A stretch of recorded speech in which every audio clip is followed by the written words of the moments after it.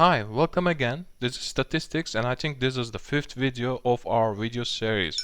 And today I'm gonna start with an exercise of what we have learned last week. And last week we have learned about the measures of central tendency.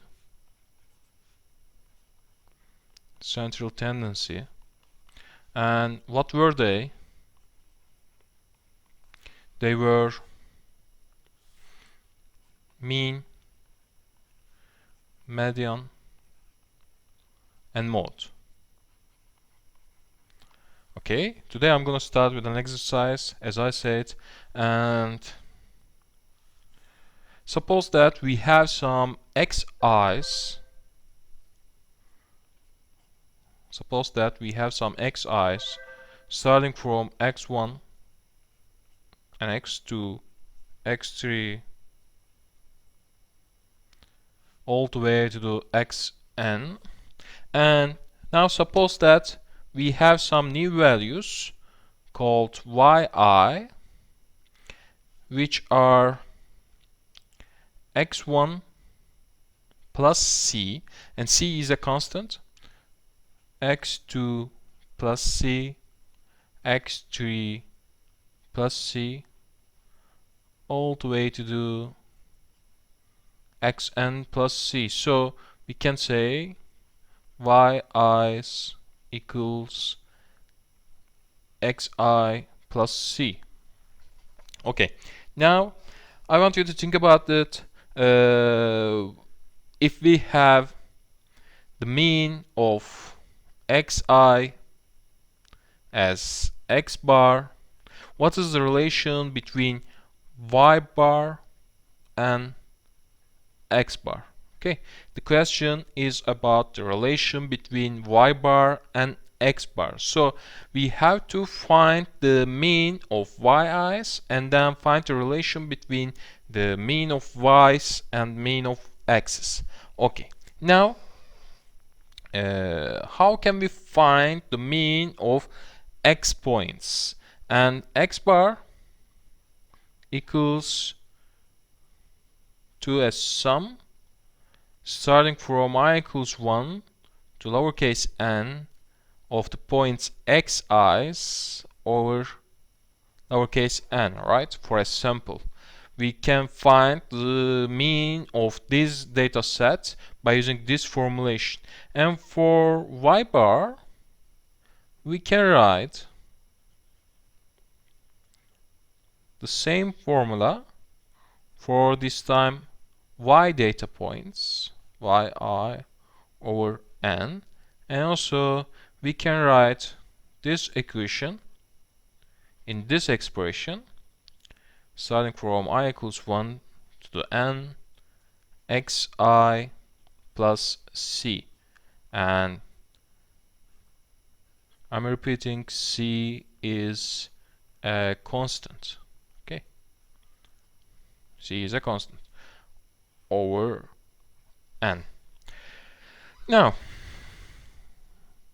we can extract this summation like this, right? x1 plus c plus x2 plus c plus x3 plus c plus to the xn plus c, and then over n.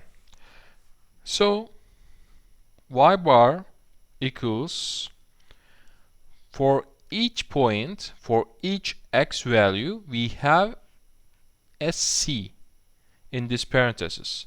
Okay, so we can write it like this: x1 plus x2 plus x3 to the xn plus n times c, right? And divided by a lowercase n. Now we can write a summation for this term here. So we can use this summation starting from I equals 1 to lowercase n xi plus n times c over n, right? And we can organize this expression like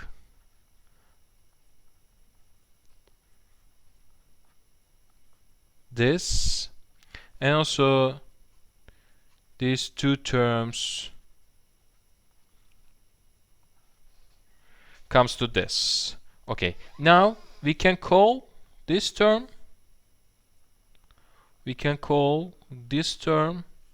as x bar, right? Comes from this equation like this. So we can write it y bar equals x bar plus c if we have yi's equals xi's plus c. Okay, this is the first part. If we have a data point, if we have a new data point, that's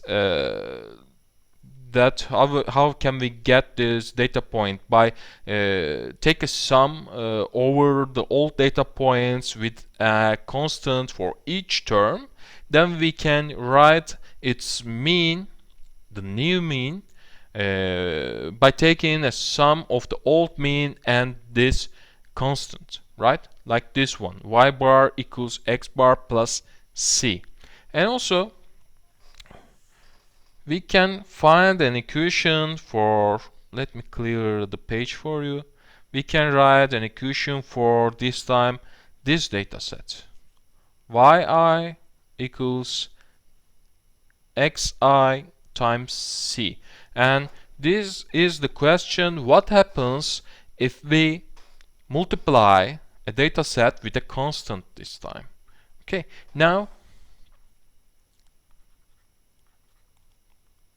let me select this color. Now we have our data set xi's, x1, x2, x3 to the xn, and we have our data set, the new data set, x1 times c, x2 times c, x3 times c, and xn times c. Okay, now I can write the mean of the data set for x bar equals to a summation starting from 1 to n to the of the data points xi's over n, and now we can write it for y data points with the same summation xi times c over n, and this time we have x1 times c. I think I have a problem with my internet, so yes, it tries to reconnect for the translation service. You know, I speak in English and subtitles will be in Turkish, so it comes from the internet constantly. So it tries to reconnect now. So we can continue. I think you don't need these subtitles anymore. You get the notation. So we have these terms x3 times c all the way to the xn times c over n, and it's the same thing. So this time we can take the c out of this summation. So y bar equals c times x1 plus x2 plus x3. Yes, it's not currently available. Okay. Plus, sorry, Alo. Sağ ol.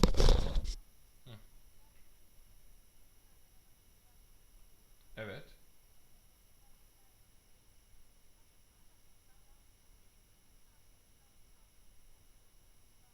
Tamam. Tamam.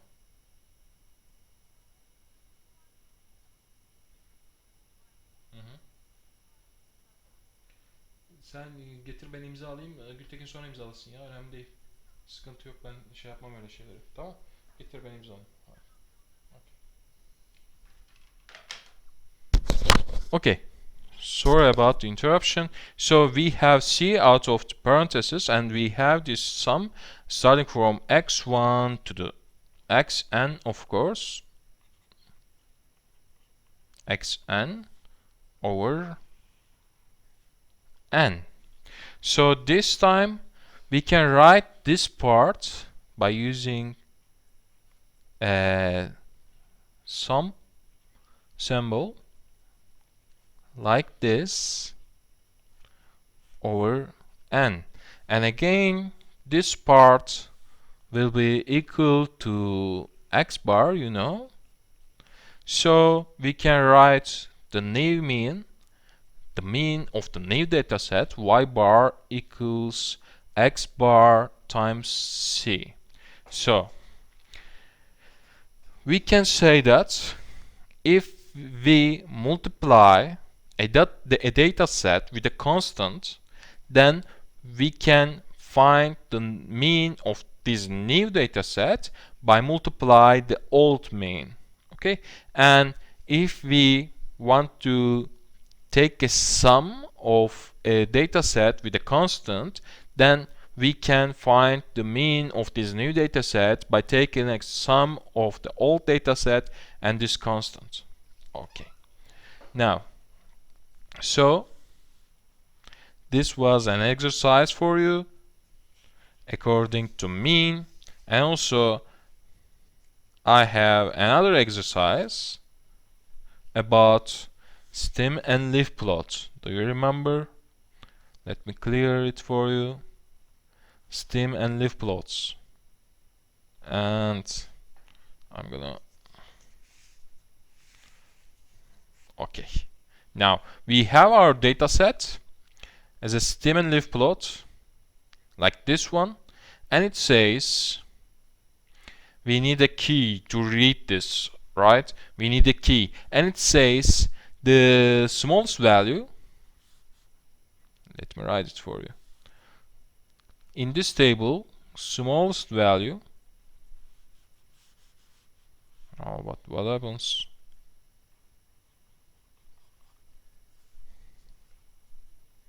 I cannot write.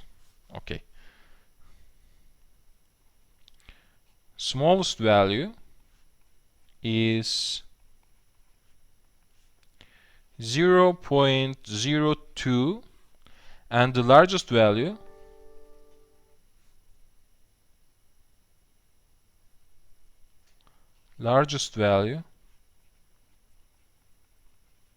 is 0.56. Okay, we have this smallest value and we have this largest value.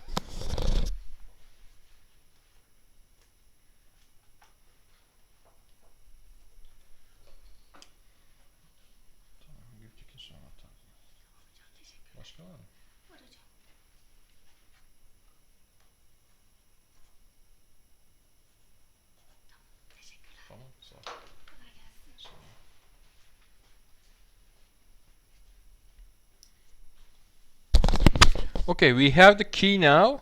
We know how to read the stem and leaf plots. We have the smallest value and we have this largest value. And let me clear it for you. Make it clear. And this is the smallest value, right? This is the smallest value. And this is, sorry, this 2 digits, and also I will make it like this one. This 2 digits is the smallest value. So this is 0.02 0.02, and this is the largest value. This is for 0.56. Okay, now I know how to read this stem and leaf plot.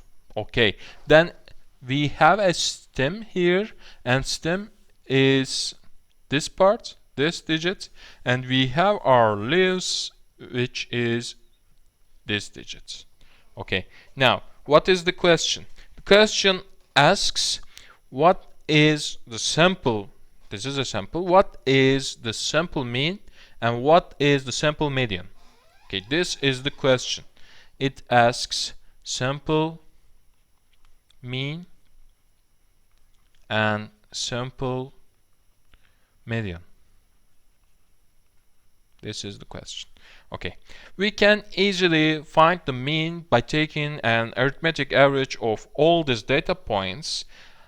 I'm not gonna make a whole expression. I'm not gonna write a whole expression, whole equation, but I will start and I will show you the end to make it correct way. You can complete the equation and find the correct value, and we have x bar equals starting from 0.0602, sorry, 0.02, and from this value 0.06, and from this value we have 0.11, and from this value we have 0.14, and from this value we have 0.21, and also we have another 2 of this value like this, and we have from this value 0.23 and another 0.23. We have this 0.24, and it's an exercise about how to read a stem and leaf plot, right? And we have 3 of 0.25, 0.25, and another 0.25, and it goes like this. Okay, it goes like this. To the last row, we have a 0.52 here and a 0.55, and for the last term we have 0.56. Okay, we have this sum over n, and what is n here? Let me count it for you. We have two values here, and this is 4, 6, 8, 10, 12, 14, and 15 with this one, and 20, 25, 30, 34, 35, 40, 45, 50, 52, and 55. We have 55 values. Okay, we have 55 values, and I want you to calculate this value for me. Calculate the result of this equation for me. So you will take a sum of all these terms and then divide them into 55. Okay, and for the second part we have to find the sample median. And what does it mean? Median means the value in the middle, and we have our lowercase n, which is 55, and this is an odd number, right? Odd number. And for odd numbers we can find median as x n plus 1 over 2, right? And if we have less data points, we can strike through to count and find the middle one, but we can use this formulation also, and this is x 56 over 2, and it makes the median is x 28. Okay, I'm gonna find the 28, 2, 4, 6, 10, 15, 20, 25, 26, 27, and 28. This value. This is median. This is median. Sorry about it. I don't have the subtitles for you. I hope you understand my English well. So this value is median equals 0. With this one, of course, 0.35, right? Okay. Now we have our results for mean and median. Okay. Now I will clear the page, and also I'm gonna change the slides to the clear one. Okay, now the new subject. It's time for the new subject and its measures of variation now.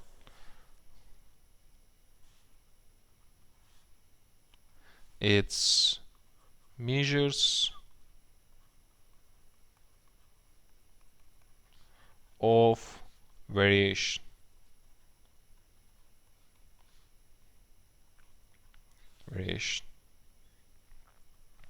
And now these measures are used to describe the spread or the variability of the data.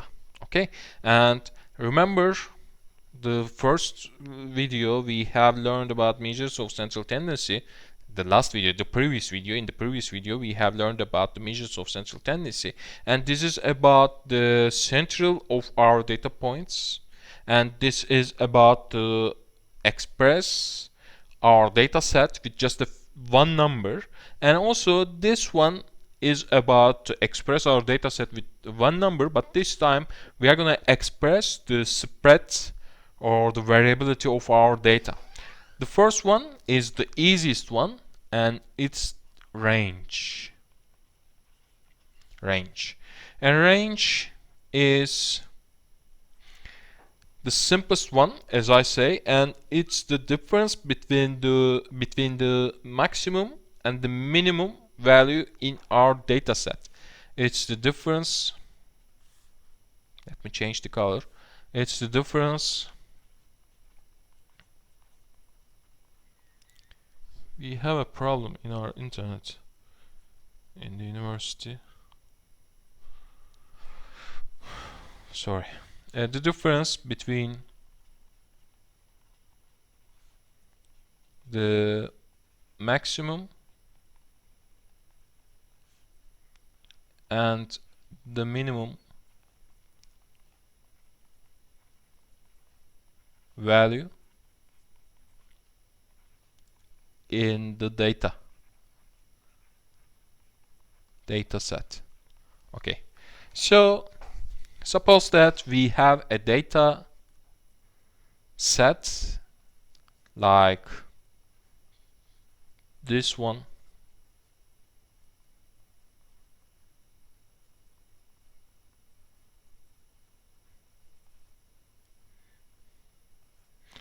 and range here will be the difference between the maximum and minimum value. So we have to find the maximum value, and obviously this one is the maximum value and this one is the minimum value. So we can find the range between these two values, and range will be equal to 25 minus 40, and this makes 65. Okay, this is the range for this data set, and this is the simplest one, and this is the obvious one for the measures of variation. And as a second measure we have variance, and I'm gonna clear this example. We don't need to this. Okay, the second one is variance.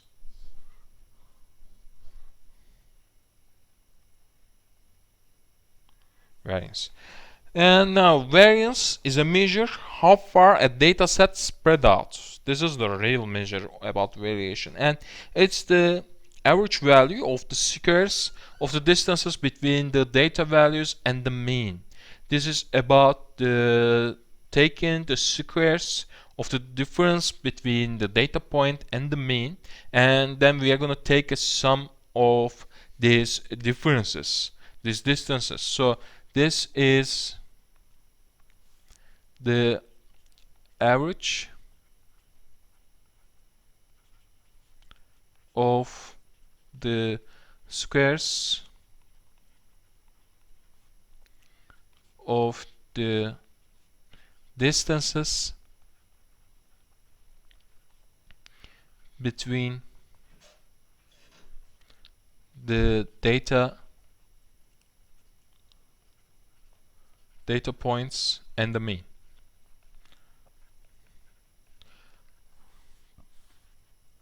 And the mean. And to calculate the variance for a data set, we have to find the mean first, and then we can calculate the variance.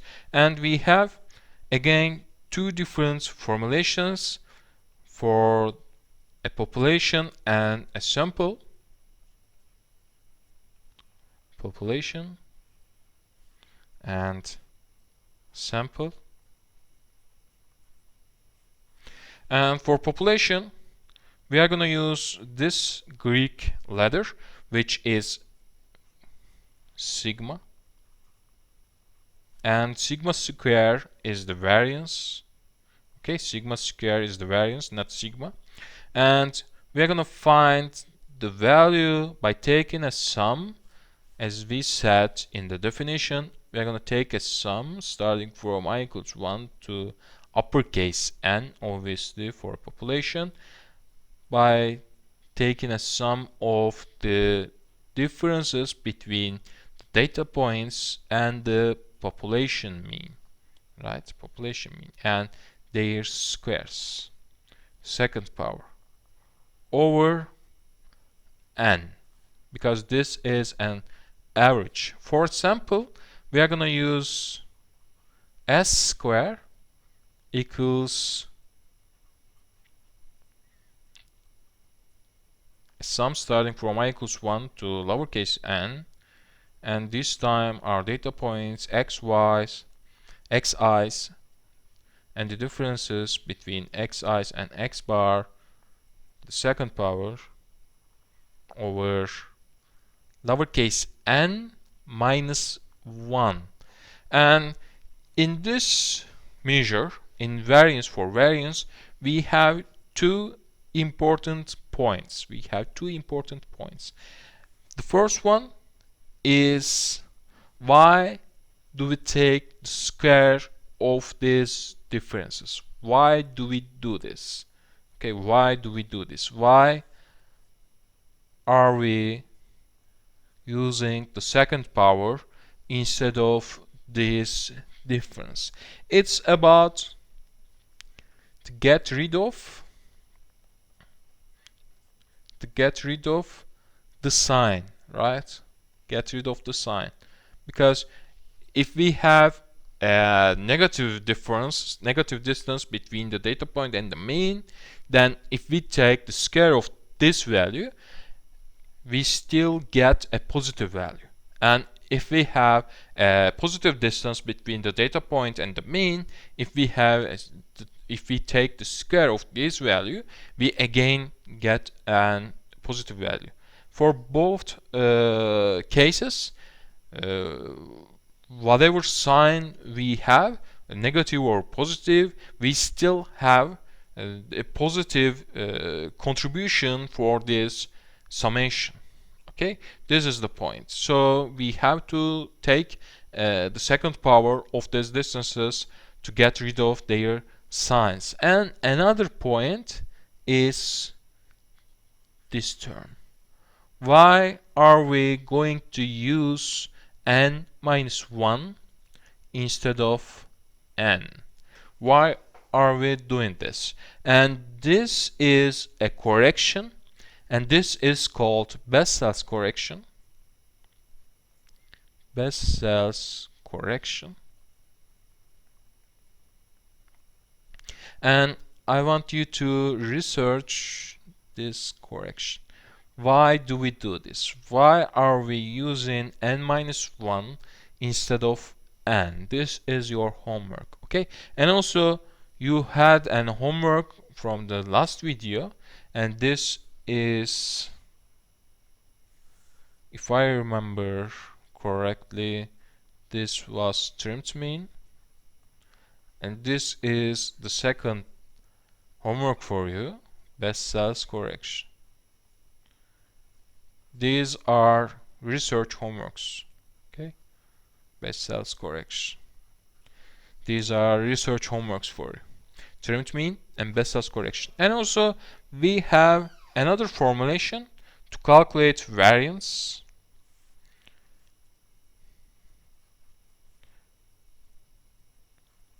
We can use another formulation to find this sum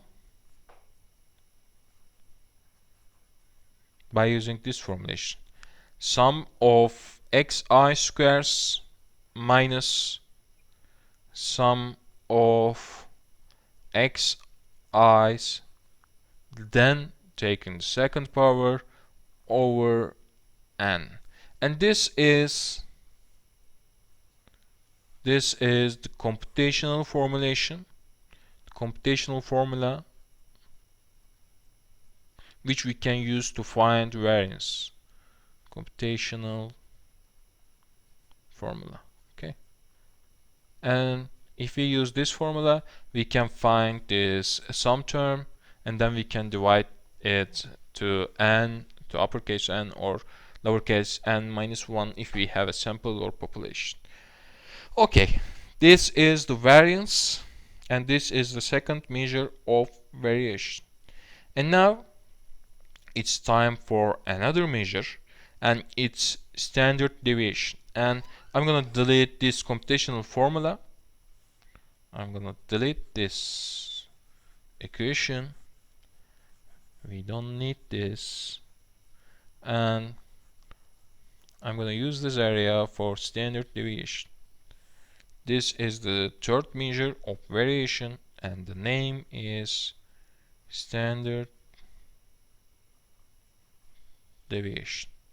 And it comes as a solution of a problem.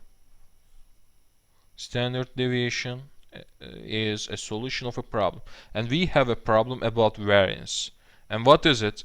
If we have taken square of all these values, taken the second power of all these values, and it becomes larger and larger, larger and larger, so we will have a variance value with a very large numerical value, and it becomes a problem.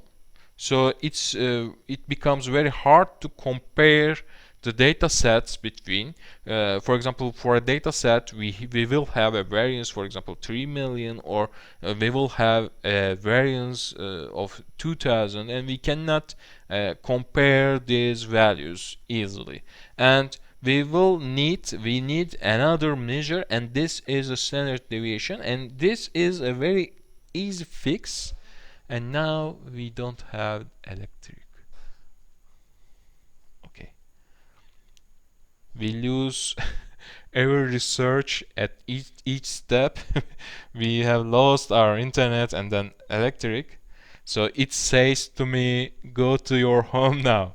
Okay, this is standard deviation, and it is an easy fix to this situation, to get lower values, to make a comparison between the data sets. And so let me write it for you.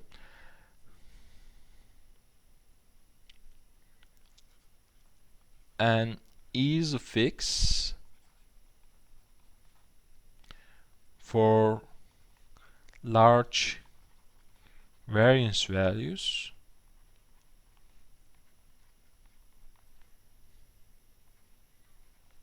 so no, we don't need this.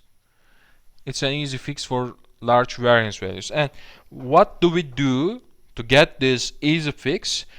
It's very easy. We are gonna take the square root of these variance values. So we have this sigma square and we have this s square in our formulations, because we are gonna take the square root of this variance and we will have sigma and s. So for population standard deviation is sigma, which is the square root of sigma square, and for a sample we can find standard deviation s by taking the square root of s square. Okay, and also let me say something for a square root, but it's not about this standard deviation. It's not about this. If you take the second power of a number, for example x, if you take the square of this number and then if you take the square root of this number, what does it mean? Okay, this is a tricky question. What does it mean? If you take a square of a number, if you take a square root of this number, what does it mean? It means the absolute value of x, right? So I want you to note this. Maybe we can need this situation later. Okay, but it's not about standard deviation, it's not about variance. I just wanna talk about it now. So we have our standard deviation, and also it's about the spread or variability of our data set. If we have a small standard deviation, then we can say we have a narrow data set like this, and this is frequency, this is x, for example. And if we have a large standard deviation, then we have spread data set, okay, like this one. And this is small standard deviation,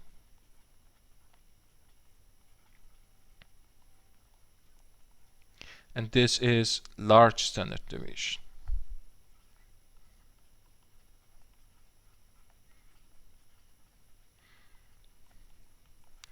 Okay, now I think we get the point. These are the measures of variation, and it's about the spread and variability of our data set. And now I'm gonna return to our data set, and I will have another questions for you.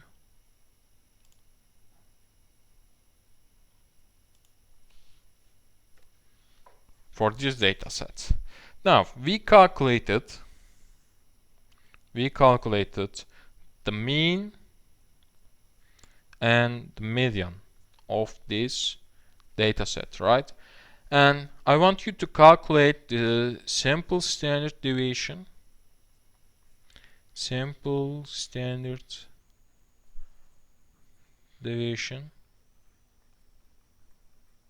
I think I have to go to my home now. Sample standard deviation. And also, for now, this was your homework. This is your homework. And for now, I want you to comment about another thing, about the skewness of this data set. What about skewness? I want you to pause the video now. What about skewness? Is this data set is left skewed or right skewed? left skewed or right skewed? Okay, this is the question. I want you to pause the video now and give an answer at a glance. Okay, give an answer. Just give an answer. Don't calculate anything. Don't calculate the skewness. Just say this is left skewed or this is right skewed. I want you to pause the video now and give your answer. So we can continue. I'm gonna use this color, and I think you remember what I said about stem and leaf plots, and this is like an histogram, right? This is like an histogram. When we look at this way, or maybe you can see me in camera like this one, you can see this way. Okay, when you look this side, you can see a shape like an histogram. For example, I'm gonna use these bars.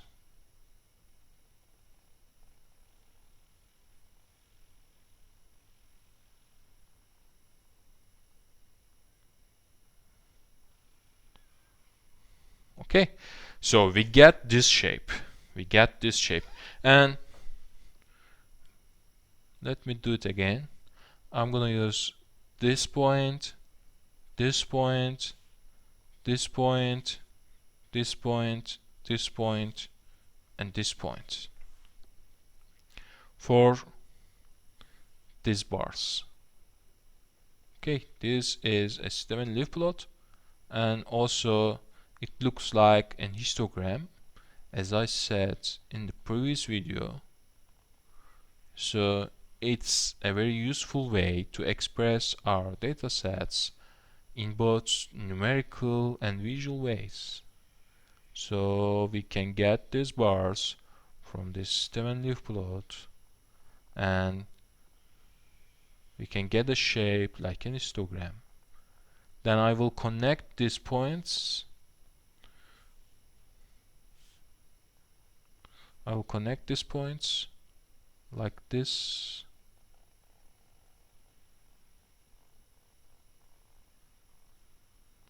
I'm very bad at drawing, sorry about it, but we get a shape like this. Okay, this is our shape. Is it left skewed or right skewed? I think we have a tail in left part, right? We have a tail here. So if we have a tail in the left part, then it means left skewed. So we have negative skewness for this data set, and we have a left skewed distribution for this data set, and this is your answer. Okay, I think this is a good point to stop here for this video. We can continue, but maybe another time. We will continue with another correction, another fix, which is coefficient of variation, and then we will continue with covariance. But now this is a good point to stop, so let me see you in the next video. Okay, see you.